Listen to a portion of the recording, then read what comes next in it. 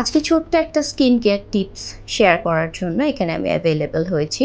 আসসালামু আলাইকুম, আমি doctor Labiba Nahiyan, consultant dermatologist, Dear Diet. কেউ যদি জিজ্ঞেস করে স্কিন কেয়ারের জন্য ওয়ান অ্যান্ড অনলি স্টেপস, একটা স্টেপ সে ফলো করবে এবং সেই স্টেপটা কী হবে, এটার আনসার হলো that would be sunscreen. Sunscreen, sunscreen and only sunscreen. অর্থাৎ আপনার স্কিন কেয়ারের জন্য আর কিছুই আপনি করতে চান না, একটা মাত্র স্টেপ আপনি ফলো করবেন। সেই স্টেপটা হবে শুধুমাত্র রিলিজিয়াসলি সানস্ক্রিন অ্যাপ্লাই করা।